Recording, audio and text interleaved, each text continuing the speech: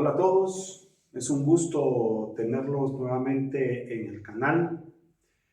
Un abrazo hasta donde se encuentren. Shalom. Le damos la bienvenida a Yeshua. Baruch haba Beshem Adonai. Yeshua HaMashiach. Yeshua Yomer Ani Ha Or Haolam Hase. Ani Ha Chaim. Ani Ha Emet. Ani Ha Derech. No olvidemos sus palabras. Hoy más que nunca es un tiempo para recordarlo y tenerlo en nuestra memoria y en nuestra alma. Vamos a continuar nosotros con el documento Q. Documento Q. Uno le dicen Evangelio. Evangelio Q. Vamos a dejar esa discusión para los eruditos. Nosotros vamos a continuar. Hoy seguimos hablando de Yahanan el inmersor. Vamos a poner a Q aquí. Aquí está la fuente documento Q. Les quiero leer en Q729, Q72930. 7:29:30. ¿Sí? Dice, porque vino a vosotros Juan, coma, puntos suspensivos, eso es lo que se logra recuperar de Q, los publicanos y puntos suspensivos le creyeron. Luego dice el 30, pero las autoridades religiosas lo rechazaron. Así que vamos a anotar acá, ¿verdad? Vamos a anotar publicanos como punto 1, publicanos como punto 2, autoridades religiosas,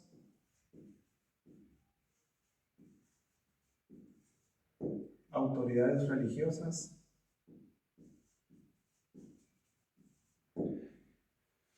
y punto 3, lo rechazaron.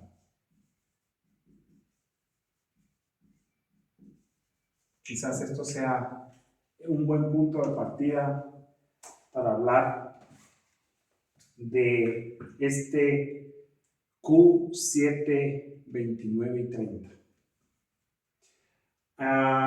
Nosotros hemos estado introduciendo quiénes pudieron haber sido las autoridades religiosas de ese momento, ¿sí? O las autoridades religiosas que fueron en el contexto histórico las más probables que estuvieran vigentes. Entonces, autoridades religiosas, tenemos que pensar en el sacerdocio, saduceo. Esas es las autoridades religiosas de ese tiempo. Apunta hacia ellos. Hacia ellos apuntan las autoridades. Y dicen que estas autoridades rechazaron a Yohanan. ¿Sí? Sin embargo, vamos a leer en los evangelios cómo este dicho se desarrolla, y para eso vamos a leer Mateo 21. Mateo 21. Vamos a poner aquí, vamos a dejar espacio para Marcos. Vamos a dejar aquí espacio para Tomás. Y vamos a poner aquí a Mateo.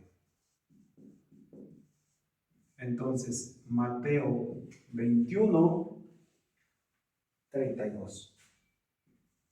Vamos a ver qué nos dice este texto de el primer texto de Q que nosotros estamos estudiando. Mateo 21, 32. Dice, Porque vino a ustedes Yahanán en camino de Sedacá y no le creyeron. Sedacá.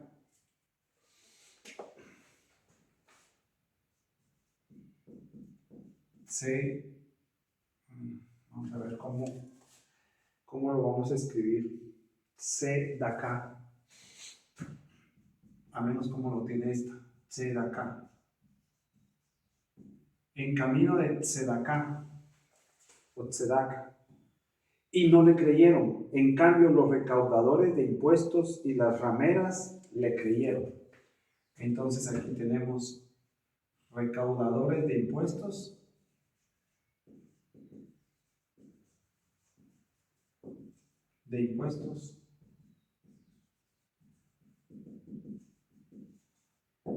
y rameras.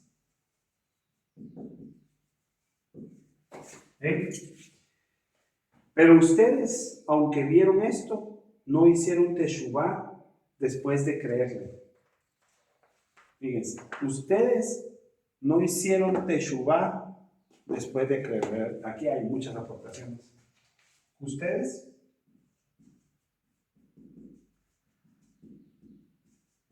teshuvá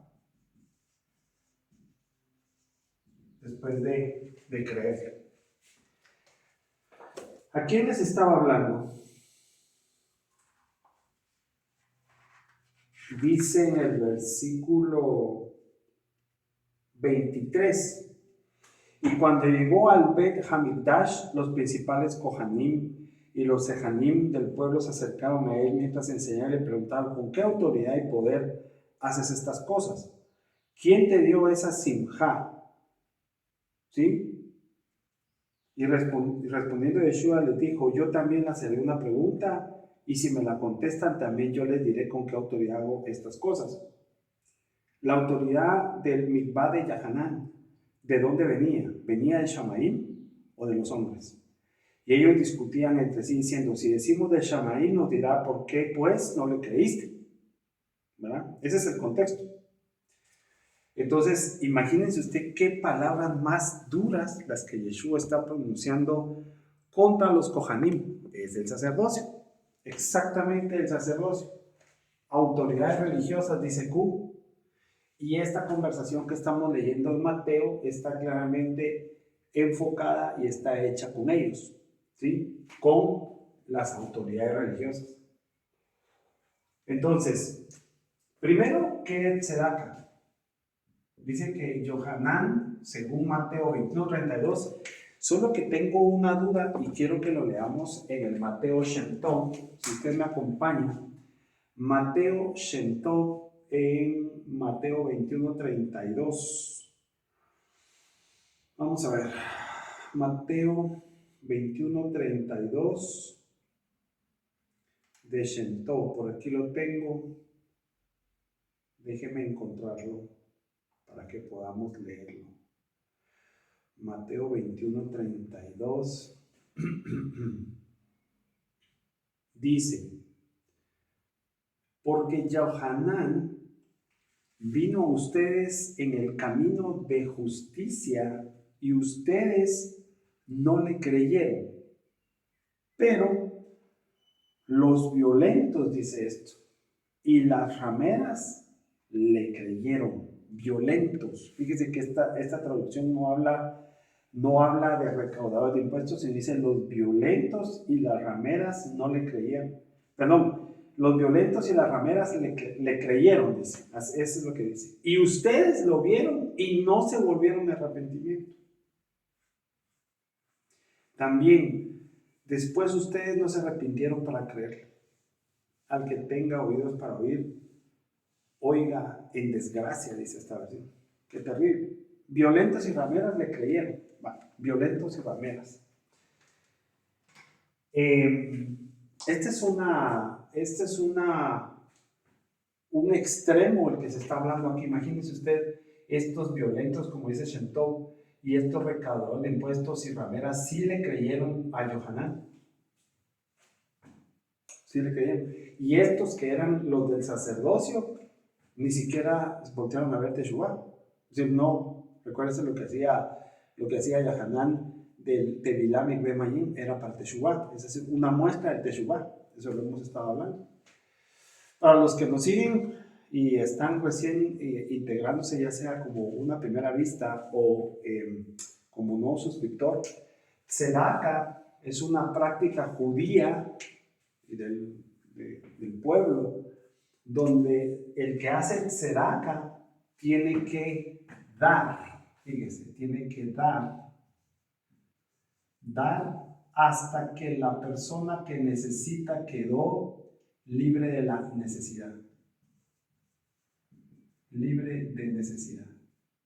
Eso es tzedaka. O sea,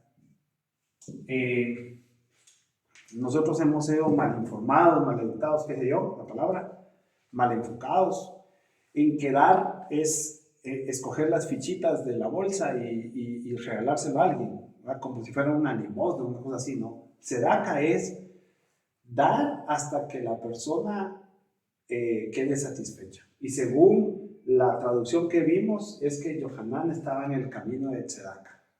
No cabe duda que el hombre era un hombre piadoso, es decir, cuando hablo de piadoso es la piedad, la práctica de dar sin esperar recibir nada, y la tzedaka lo complementa porque es una práctica que dice das hasta que la persona quede sin la necesidad.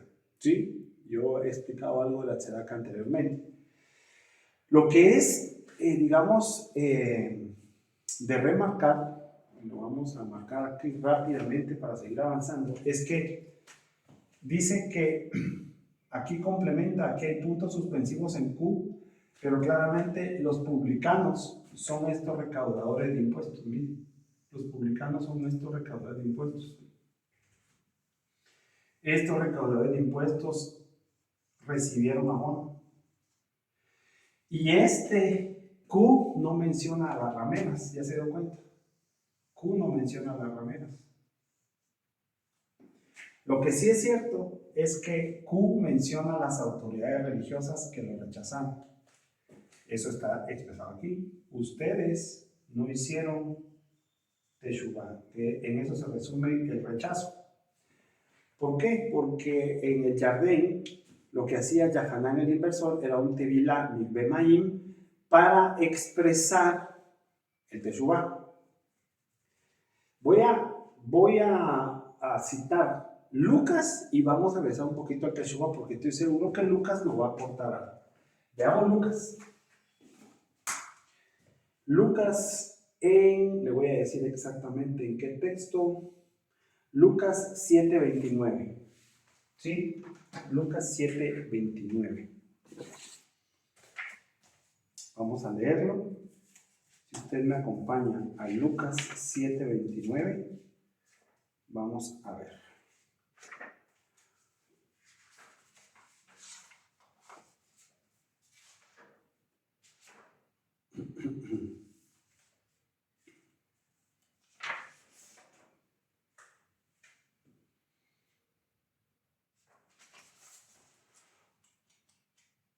Sí, dice, el pueblo entero que lo escuchó, incluso los recaudadores de impuestos, declararon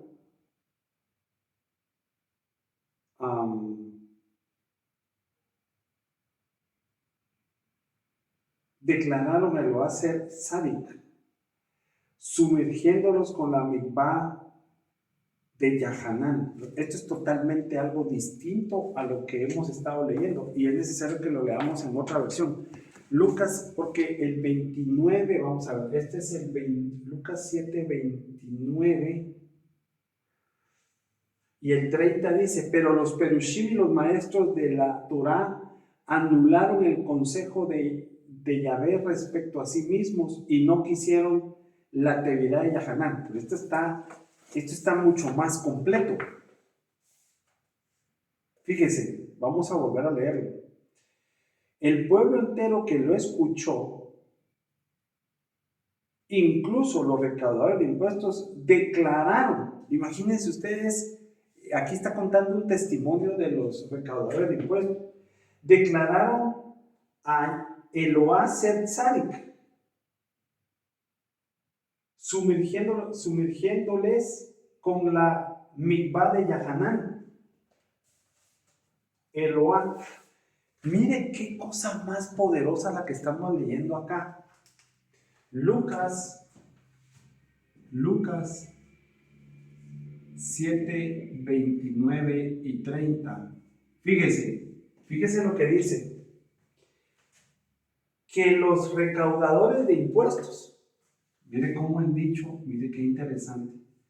Los recaudadores de impuestos.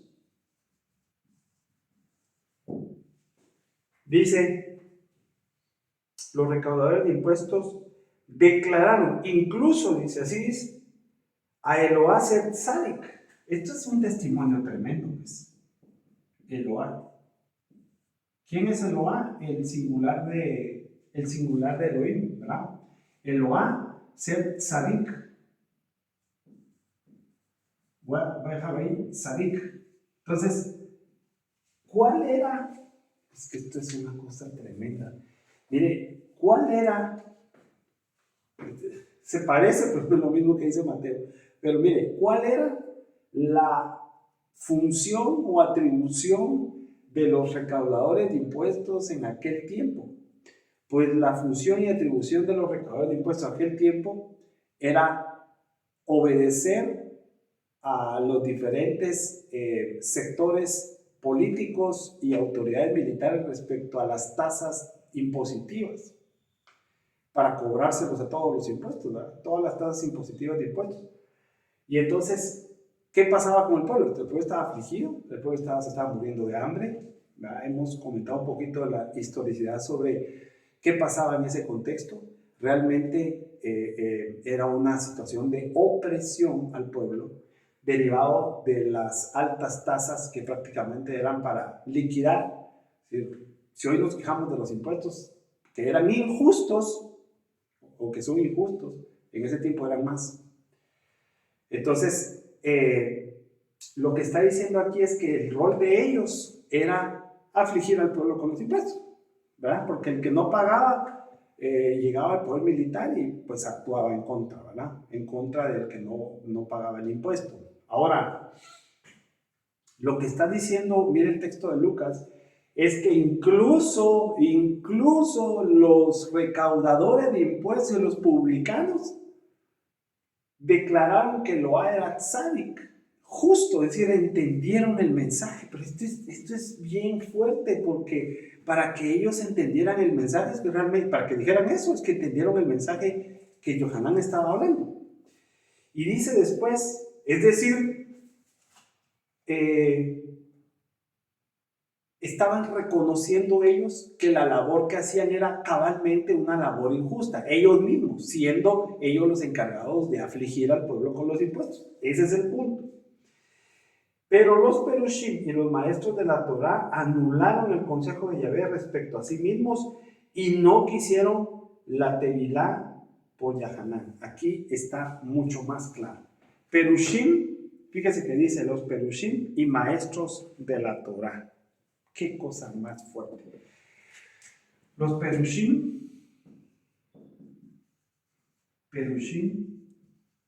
maestros de Torá, esos son otros. Maestros de Torá no quisieron la tevilá de Yahanán. Bueno, entonces, mire qué interesante lo que nos aporta Lucas, qué tremendo. Pero dése cuenta que si usted lee esto, está hablando de lo mismo, del dicho original de Q. Y creo que es necesario que yo lo haga así. Dijimos que esto es más o menos del año 30 al año 50. Y Lucas puede ser más allá del año 90. Ya dijimos que los eruditos no se ponen de acuerdo, etc. Estamos con esa referencia. Si usted lee esto, está muy bien elaborado y tiene un contexto mucho más detallado respecto a lo que Q logra recuperar. Pero sí hay una diferencia, y aquí tenemos que comenzar a preguntarnos. Si usted se da cuenta que quienes rechazaron a Yohanan es el sacerdocio saduceo, autoridades religiosas en ese momento en el templo. ¿Sí? Aquí habla de los perushim. A. B. Habla de los maestros de Torah. ¿Sí?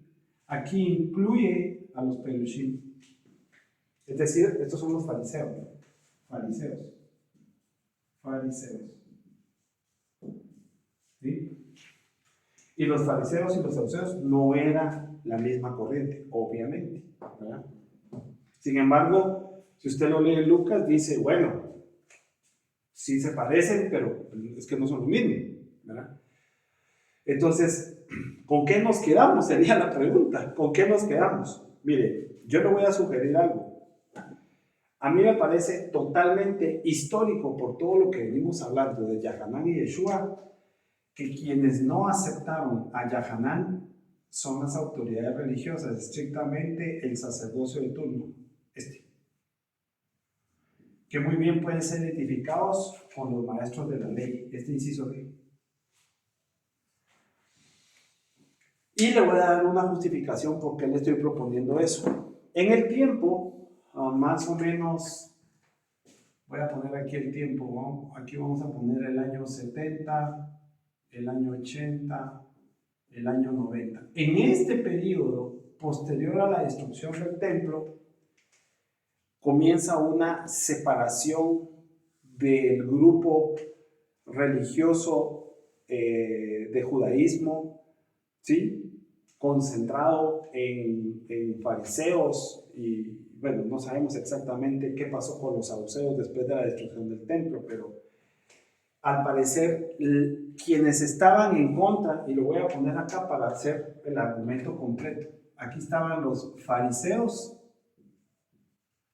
que tomaron auge después de la destrucción del templo.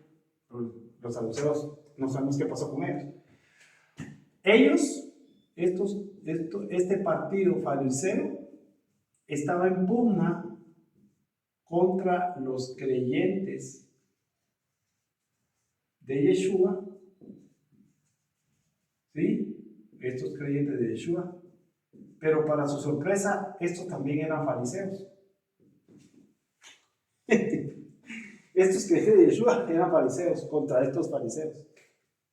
O sea, del mismo equipo, solo que unos creían en Yeshua y otros no, pero eran fariseos. O sea, estos originalmente tienen la doctrina farisea. Usted sabe que una de las características que promulgaba el fariseísmo es la creencia. O sea, estos fariseos que usted ve acá, que menciona estos perushim, ellos creen en la resurrección. Ellos creen, pero estos también, resurrección. Estos creen en la resurrección. Estos fariseos también. Pero estos saduceos, estos no creen en la resurrección. No creen en la resurrección. O no creían en la resurrección de los muertos.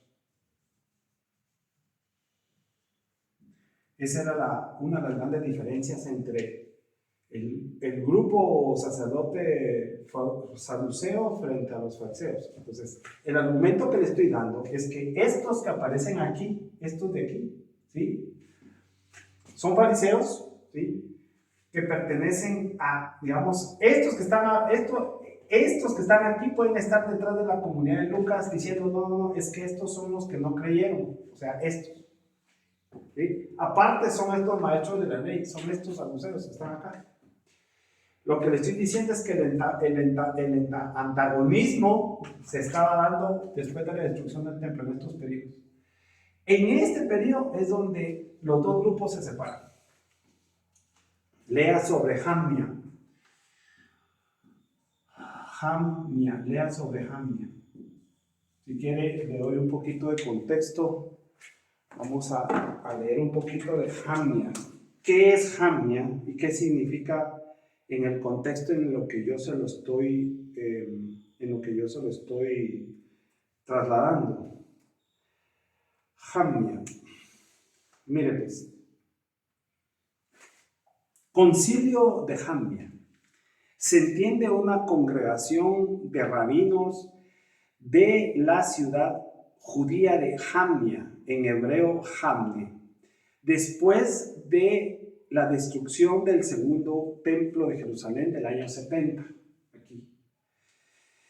Según quienes propugnan la existencia de este concilio, en dicha asamblea se habría definido y cerrado el canon o composición de la Biblia hebrea. La existencia de esta asamblea fue propuesta por primera vez por Heinrich Graetz en 1871 y su teoría gozó de popularidad durante buena parte del siglo XX. Actualmente no se considera un hecho probado que dicha asamblea haya existido, por lo menos como lo propuso Graetz. Trasfondo. El Talmud, fíjese, el Talmud relata que algún tiempo después de la destrucción del segundo templo de Jerusalén del año 70, el rabino Yohanan ben Zakkai se trasladó a la ciudad de Jamnia o Yamné, donde recibió permiso de los romanos para fundar una escuela de halaja, es decir, de estudio religioso judío. Yamné o Jamnia también era la ciudad en la que se trasladó el Sanedrín tras la destrucción del templo. Ahí hay una respuesta que pasó con los saduceos. La escuela de Zakkai, Yohanan ben Zakkai, supervisó el inicio del judaísmo rabínico y la escritura de la Mishnah, la primera redacción de la ley oral y el texto fundacional del Talmud, ¿sí? Entre otras cosas. Entonces, ahí a Jamnia se fueron los sobrevivientes del sacerdocio, es decir, estos que menciona el Sanedrín, que eran estos. Está la escuela de Yohanan ben Zakkai, que son estos, ¿sí? Estos. Y por eso es que mi teoría es que aparece ya en este tiempo, más allá de los años 80 y 90, en la redacción del Evangelio de Lucas, menciona a los Perushim. Pero originalmente, cuando se está hablando en los años 30, se tiene digamos, un frente a frente con las autoridades religiosas. Originalmente fue con el partido saduceo. Bueno, avancemos. Miren, resulta ser que lo que no, digamos, según Mateo, ustedes no fueron a Teshuvá, ¿sí? Y según Lucas dice, no aceptaron el Tevilá de Juan. Entonces, expliquemos rápidamente este asunto, porque esto nos ayuda, bueno, a mí me ayuda mucho, después usted que está siguiendo las grabaciones, para poder explicar la serie de Maim, y la serie de Maim complementa todo esto, porque de eso se trata, pero ya desde toda la espiritualidad. Entonces, ¿qué es Teshuvá? Mire pues, Teshuvá, y esto ya lo he explicado en las series, pero lo voy a volver a explicar, sobre todo en la serie de Juan y en la serie de Marcos. Teshuvá lo traducen como arrepentimiento. Arrepentimiento. Fíjense, lo traducen como arrepentimiento. Y otros más usados lo traducen como arrepentimiento y conversión. ¿Sí? Teshuvá. ¿Sí? Bueno. Primero, la palabra Teshuvá no es precisamente arrepentimiento y no es precisamente conversión. Eso no es eso lo tomaron del griego. Y sobre todo, todas las corrientes cristianas hablan de arrepentimiento y conversión, arrepentimiento y conversión, arrepentimiento y conversión. Pero es porque las palabras griegas que traducen Teshuvá no están expresando realmente qué es Teshuvá. Teshuvá, mire pues. En primera instancia, Teshuvá es volver. Si usted está aquí, vamos a ponerlo gráfico. Usted está acá, aquí va usted caminando con su ruta. Teshuvá, voy a poner esto como el origen. El cero, vamos a poner aquí el origen. ¿Sí? Origen. Teshuvá es volver a tu origen. Literalmente. Voy caminando, Teshuvá es volver a mi origen. ¿Sí? Eso es Teshuvah. Volver al origen. Es que está hablando en el contexto espiritual. Teshuvah es un tema estrictamente espiritual. Que si aquí tu grado, por decirlo así, aquí estaba tu alma llena de desarrollo de códigos como el código Mitzrayim. Los que leen y escuchan el canal saben de qué hablo. Entonces, volver acá es la corrección de códigos como Mitzrayim. ¿Y cómo vuelves otra vez? A estar tu alma en cero. Códigos corregidos. Códigos corregidos.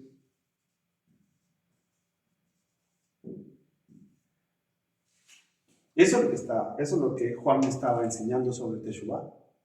Cuando en la traducción dice, es que es para el perdón de los pecados, en realidad es la corrección de todos los códigos como Misraim que están y tienen posesión del alma, desarrollados por el alma. Volver al origen.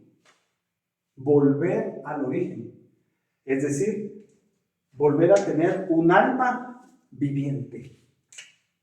Aquí, ¿dónde lo vamos a borrar? Acá. Este punto cero es tener un Nefesh Hayah. Nefesh Hayah. Es decir, un alma viviente.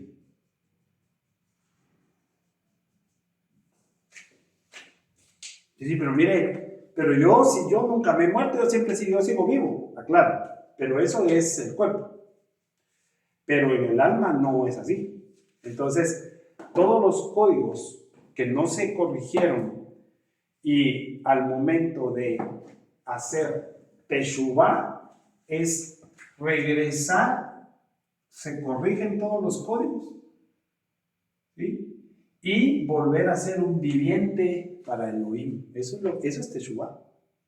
Entonces, lo que le está diciendo aquí en este discurso de Mateo a este grupo es que ustedes no quisieron volver a ser vivientes. Eso es lo que les está diciendo Yeshua a este grupo. Ustedes no quieren ser vivientes, no quieren hacer Teshuvah. Es más, no lo hicieron. El Teshuvah propuesto por Yohanan. Él les está diciendo, ustedes no se están corrigiendo. Ustedes no están volviendo a ser un Nefesh Hayah, según Juan se los propuso. Vale.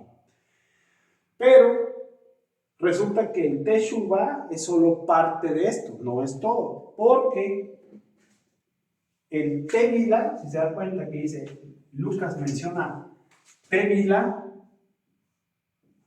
¿Qué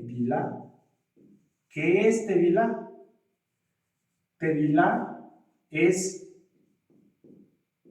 inmersión. Por eso es que las palabras que utiliza Tevilá es para que sea Kadosh,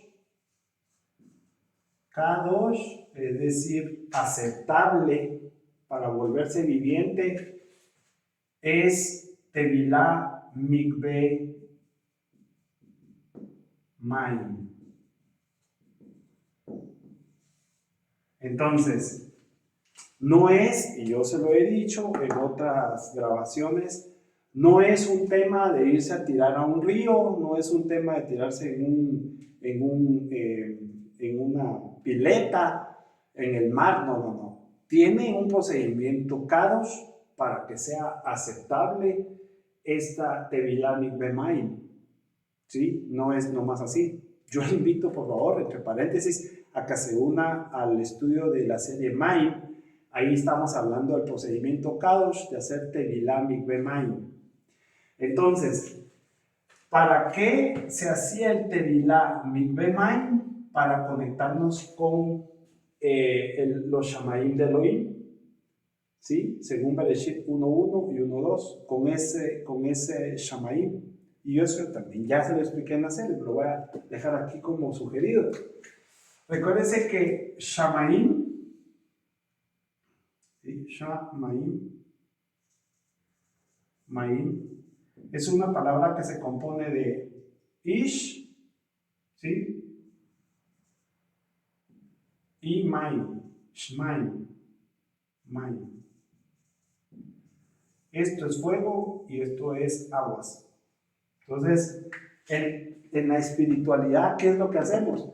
Lo que hacemos nosotros es una identificación y una conexión con el fuego y las aguas de Elohim, con los Shamaim. Eso es lo que es el Tevilá Mikveh Maim. Por eso es que al hacer esa conexión con Shamaim, es decir, cielos, Ish y Maim, lo que está pasando es que nos estamos adhiriendo, nos estamos conectando con la perfección del mundo, el mundo perfecto de Elohim. Eso es lo que está pasando. Y a eso se refiere esta palabra Tevilá que aparece en Lucas 7, 29 y 30. ¿Ven? Esto.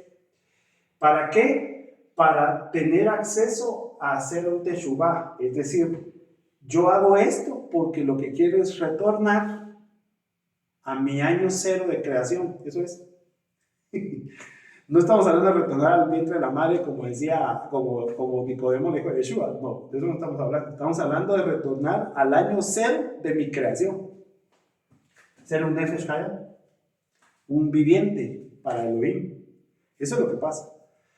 Entonces es algo muy grande. De eso es lo que está hablando, digamos, esta aportación de Teshuvah en Mateo y de esta aportación de Tevilá en Lucas. Entonces, la pregunta sería, en este día, nosotros nos estamos identificando con las palabras de Yeshua en este sentido, ¿verdad? Para poder experimentar y vivir la verdadera vida, que es un alma viviente, ¿verdad? El que no ha hecho Tevilá Mikveh Maim, hágalo. Y lo que he enseñado en el canal es que Tevilá Mikveh Maim lo puede hacer las veces que usted quiera. ¿Por qué? Porque los códigos no se corrigen una sola vez. De hecho, alguien podría decir, pero mira, a mí me dijeron en la iglesia que bautizándome, sí, pero necesito estos códigos como Misraim, no se van a la primera. Y te acabo de poner un ejemplo sobre digamos, la orden que tuvo Naamán el sirio de hacer Tevilá Mikveh Maim 7 veces para que la lepra se fuera. La lepra está simbolizando códigos como Misraim adentro del alma. Entonces, lo puedes hacer. Y por supuesto, tu acción de Teshuvah va de la mano. Quieres volver a tu estado, a tu año cero de nacimiento como un alma. Esto es muy grande. Esto es muy grande. Pero bueno, de eso se trata estas palabras originales de Yeshua. Pero quiero avanzar, a ver si nos da tiempo a seguir con el texto siguiente de Q, que dice, sigue hablando de Yohanan. Miren lo que dice. Q7, 31 al 35. ¿A qué compararé esta generación? ¿A qué se parece? Entonces dice, se parece a unos niños sentados en la plaza que provocan a otros diciendo, os hemos tocado la flauta y no habéis bailado. Hemos entonado endechas y no habéis llorado. ¿Sí? ¿Por qué dice? Porque vino Juan, que no comía ni bebía, y decís, tiene un demonio. Fíjese pues, mire esta palabra histórica. Y vino el Hijo del Hombre, que come y bebe, y decís, este es un comilón y borracho, amigo de publicanos, fíjese bien el contexto, y pecadores. Y el 35 dice, pero la sabiduría es justificada por sus hijos. ¿No le parece a usted que el versículo 34 está hablando precisamente de publicanos, como lo dice Q, recaudadores de impuestos, ¿verdad? Recaudadores de impuestos. Pero, y pecadores. Pecadores ya no habla solo de rameras, sino habla en general pecadores, porque ellos consideraban a un grupo del pueblo como pecadores. Entonces, Continuando, tiene el mismo contexto, entonces vamos a cambiar aquí, ahora vamos a poner que es Q, fíjese usted, que es Q7, 31, 35. Q7, 31, 35. Y entonces menciona que hay publicanos y aquí dice y pecadores. Y pecadores. Eso dice el texto de Q. Y dice, literal, decís que no, a Juan, que no comía ni bebía, dice, tiene un demonio. Este es un juicio del sacerdocio. O sea, como que nos están ampliando por qué lo rechazaron. Las autoridades religiosas, estos de aquí, lo rechazaron. Es más, vamos a agregarle aquí, y dicen, Juan tiene un demonio. Yohanan, en hebreo, Yahanan, tiene demonio. Vamos a detenernos un momento. Vamos a detenernos un momento ahí. ¿Por qué? Porque dice, miren lo que dice, Yahanan no comía ni bebía. ¿Cuál es el texto? ¿Cuál es el texto donde podemos apoyar las palabras históricas de Yeshua? Mire, en el libro de Marcos, quiero ver si lo tengo a la mano. En Marcos 1 dice, miren lo que dice, Marcos 1:6. Y Yahanan estaba vestido con pelo de camello y con un cinto de piel alrededor de sus lomos, y comía langostas y miel silvestre. Dice, comía langostas y miel silvestre. Y aquí dice que no comía ni bebía. ¿Qué es eso de, vamos a poner aquí Marcos 1:6 como referencia? Marcos 1:6. Miel, langostas y miel silvestre. Langostas más miel silvestre.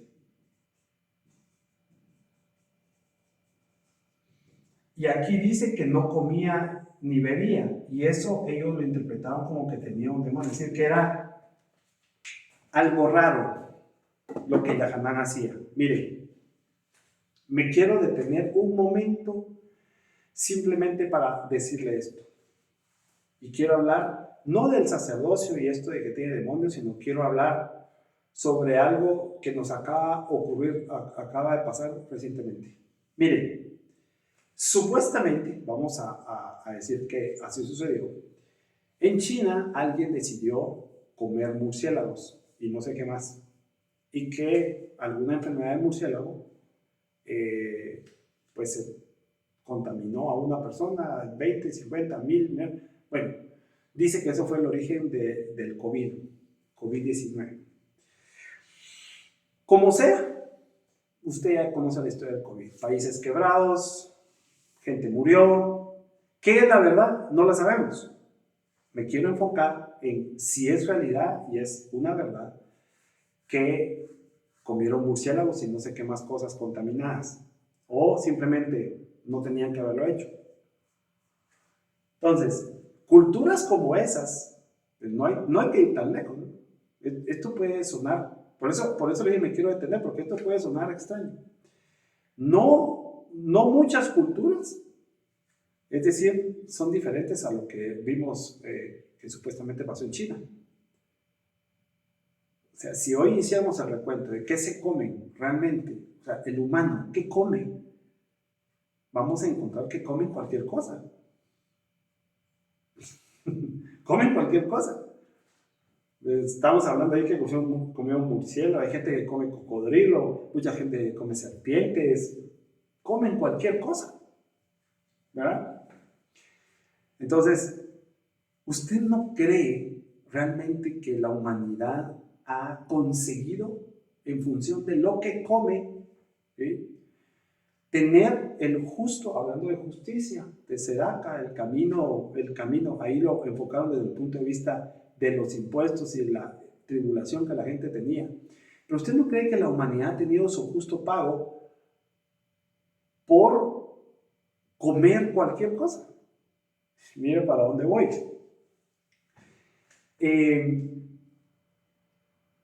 ¿Usted realmente está consciente de que comer cualquier cosa puede dañar no solo su cuerpo, sino como estos creían, este sacerdocio creía? O sea, ellos tampoco, digamos, ellos no es que tengan razón. Donde sí tienen razón este grupo religioso es que como es la dieta, es tu espiritualidad. Eso tiene razón. Entonces Yohanan, tenía una dieta. ¿Sí? Yohanan no tenía demonio como ellos creían. Es que ellos no habían indagado qué dieta tenía Yohanan. ¿Sí? Entonces, usted recuerda, hay un texto que habla de que, si no estoy mal, o es Daniel 1 o Daniel 2, que habla que él iba a tener una dieta diferente estando en Babilonia, porque no quería contaminarse con la comida que ahí se comía. Imagínense qué pudieron haber comido en Babilonia. Pues. Entonces, tenía una dieta para él. ¿Por qué? Porque en realidad, ¿sí? Así como hemos hablado de Teshuvah, ¿sí? Y hemos hablado de Tevilá, como hemos hablado de Brit Milá, también tu dieta, lo que tú comes, afecta tu espiritualidad. A ver, pero ¿cómo es posible eso? Totalmente posible. ¿En qué me baso para decirlo? En la Torá. O sea, la Torá habla desde el principio, ¿verdad? Figurativamente el hombre comía árboles, raíces, pero obviamente no son como las de ahorita, ¿verdad? Sí, digo figurativamente. Después ya se nos van ampliando el menú y al punto en que hay, digamos, ciertas sugerencias de qué deberíamos de comer y qué no deberíamos de comer. Ahora, el origen, eso tiene un origen espiritual, o sea, eso no es casualidad de que haya una dieta que afecte tu espiritualidad de cualquier forma. Sí hay una espiritualidad detrás de esto. ¿Qué es lo que te quiero decir? Que ellos tenían razón al pensar que depende de lo que comes afecta a tu espiritualidad. No tenían razón en que decir que Yahanan tenía un demonio. Lo que te quiero decir es que Yahanan sí respetaba cierta dieta que pudiera mejorar su espiritualidad. ¿Sí? ¿Por qué? Porque pueden haber ciertas cosas que podamos comer que nos puedan enfermar. ¿Sí? Y si es una enfermedad grave, entonces ¿qué va a pasar? Te vas a morir. ¿Verdad? ¿Cuántas veces hemos leído de intoxicaciones por comer cosas que la gente no debía y murieron increíblemente? ¿Sí? Pero hay cosas que pueden ser dañinas a tu cuerpo, ¿sí? Porque no simplemente dañen tu cuerpo, sino también dañen tu espiritualidad. Entonces, detrás de las dietas de comida hay algo espiritual. Eso es lo que ellos creían y están aceptados. Entonces, la pregunta es, ¿cómo es tu dieta? ¿Cómo es tu dieta hoy por hoy? Bueno, me quería detener un momento acá sobre esta parte de Yahanan. ¿Cómo es tu dieta? ¿Sí? Obviamente, estoy, digamos, haciendo una ampliación de lo que ellos creían erróneamente, ¿verdad? Pero hoy por hoy, si tú lo ves desapasionadamente, sí puedan haber ciertas comidas que no deberías de comer y que deberíamos nosotros de aprovechar el beneficio de comer lo que la Torá sugiere que comamos. Nosotros podríamos ser personas mucho más sanas llevando una dieta acorde a lo que la Torá sugiere y no comiendo lo que simplemente queremos. ¿Verdad? ¿Qué piensa usted? Y esto es espiritualidad. Esto no es un tema, eso lo decides con toda la conciencia del mundo y lo decides en libertad. Esto no es una imposición de nada. Entonces, de eso se trata la espiritualidad. Conoceréis la verdad y la verdad os hará libres. Entonces, comes acorde a lo que te vaya a hacer bien. Entonces hay mucha gente que hoy se queja, está enferma. ¿Está enferma por qué? Porque come mal, ¿verdad? Come, no voy a mencionar marcas, pero ve a comer comida chatarra un mes seguido, ¿verdad? Más sodas, más todas las hamburguesas que quieran, más esa grasa de las papas. Estoy seguro, cómelo por un mes, tu cuerpo no va a aguantar. Ni un mes.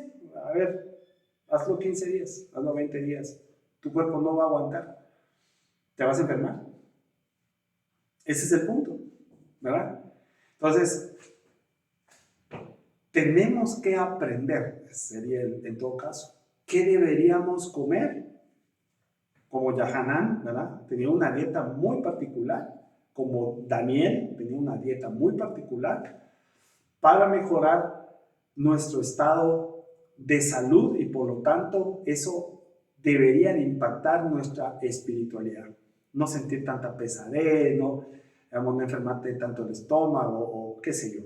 Una buena alimentación en el largo plazo te va a significar salud, una mejor salud en el largo plazo. Pero yo no soy nutricionista ni mucho menos, yo estoy hablando del texto y de lo que puede significar hoy para nosotros comer una dieta conforme a la Torá puede ser lo mejor. He tenido oportunidad de estar compartiendo mucho tiempo en alguna comunidad judía y por lo tanto conocer de cerca los procedimientos kosher de comida y me parece extraordinario.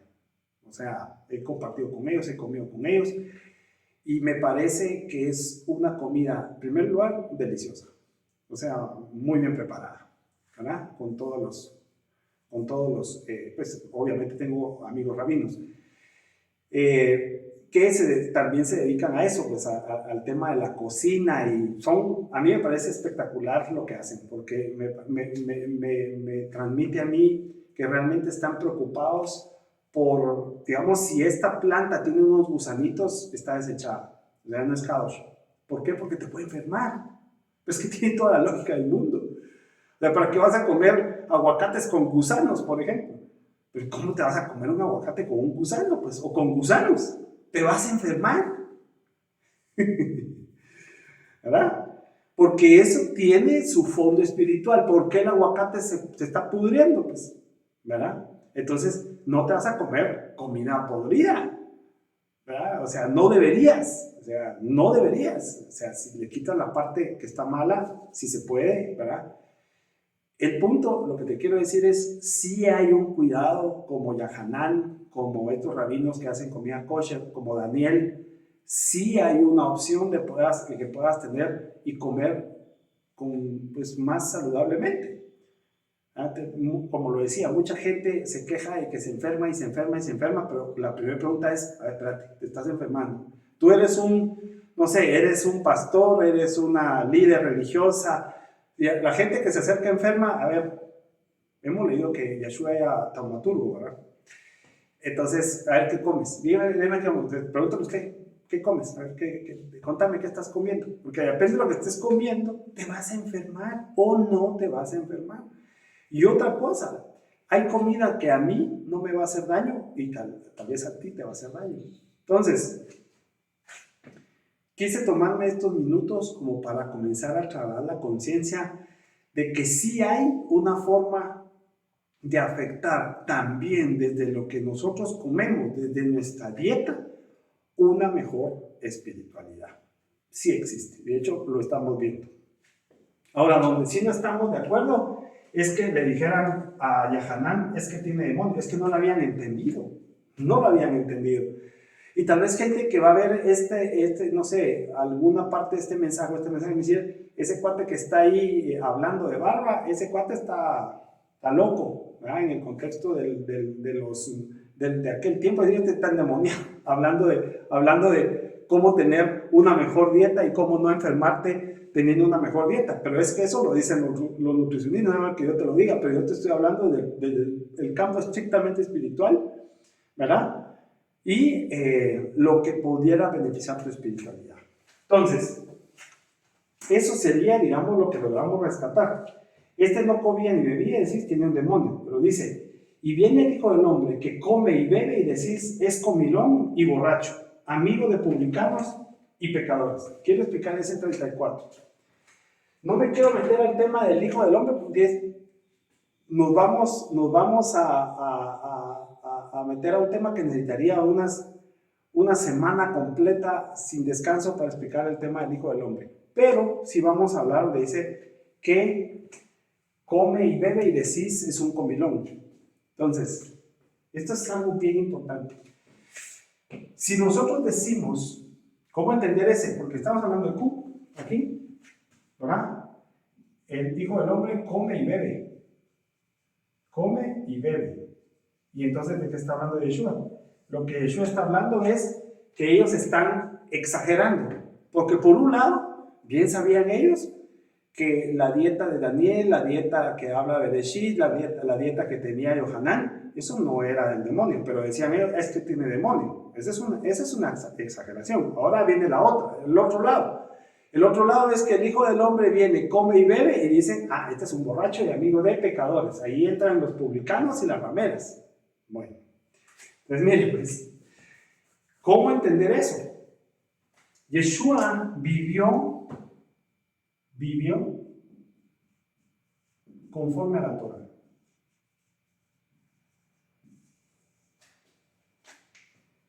Si esto no fuera históricamente correcto y no fuera teológicamente correcto y espiritualmente aceptado, entonces Yeshua no cumple la Torah. No sé si me doy a entender. A ver. Yeshua vivió conforme a la Torah. ¿Sí? Entonces, si él vivió conforme a la Torah, entonces no pudo haber transgredido la Torah. Porque si hubiera hecho una transgresión, entonces ya no era justo. Teológicamente, no sé y espiritualmente también, ¿sí? No tendríamos escapatoria nosotros de la injusticia. Pero él vivió conforme a la Torah. Históricamente, teológicamente, espiritualmente, ese abanico, él lo cumplió. ¿Está de acuerdo conmigo? Bueno. Entonces, ¿qué comía Yeshua? Comía y bebía acorde a la Torah.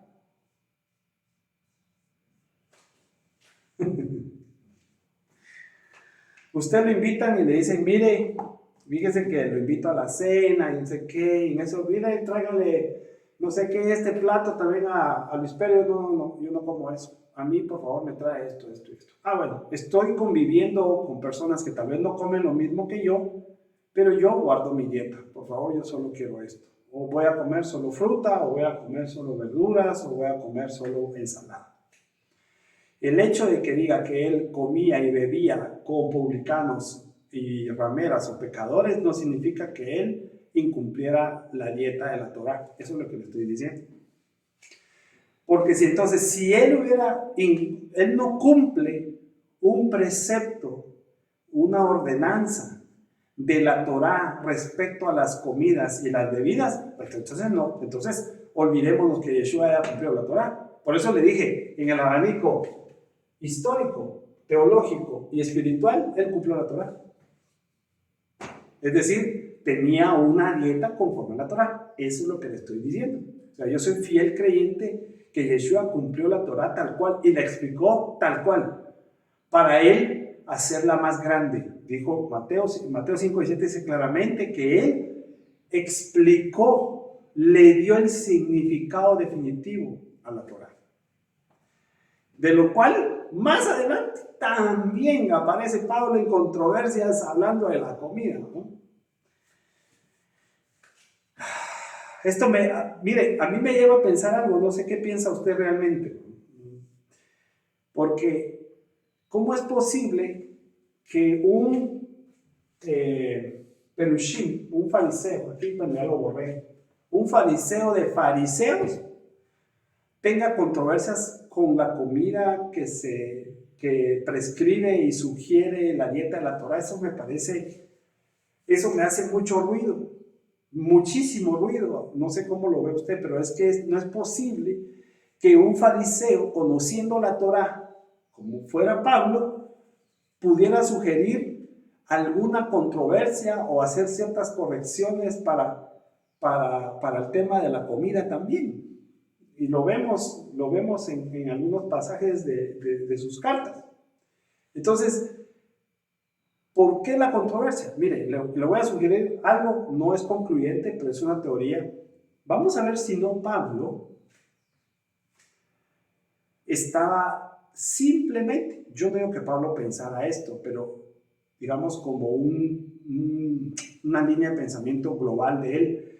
Pero para este caso, como para otros, él separaba al Israel natural del Israel espiritual.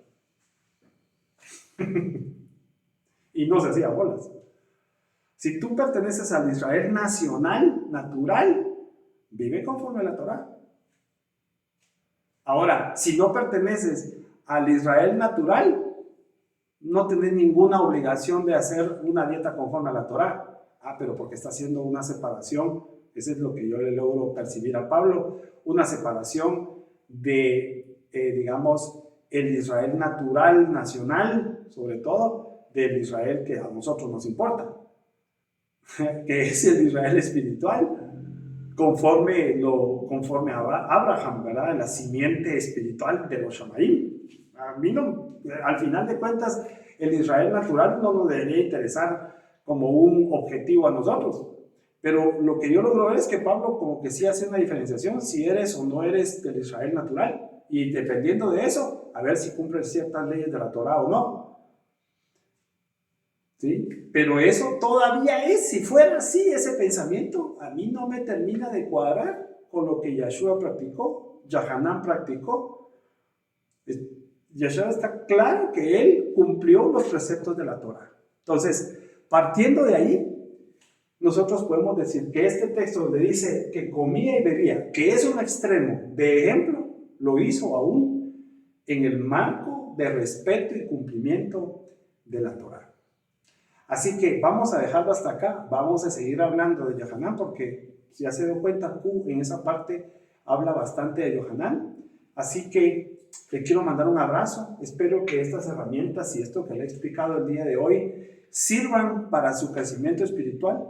Y por favor, si tiene algún comentario, ¿verdad? Duda, escriba a mashiachemet@gmail.com y con mucho gusto, pues ya me han escrito y hemos estado en contacto con personas de todos lados que ven el canal, compartiendo ya ciertos temas. Así que un abrazo y lo veo hasta la nueva grabación. Adiós.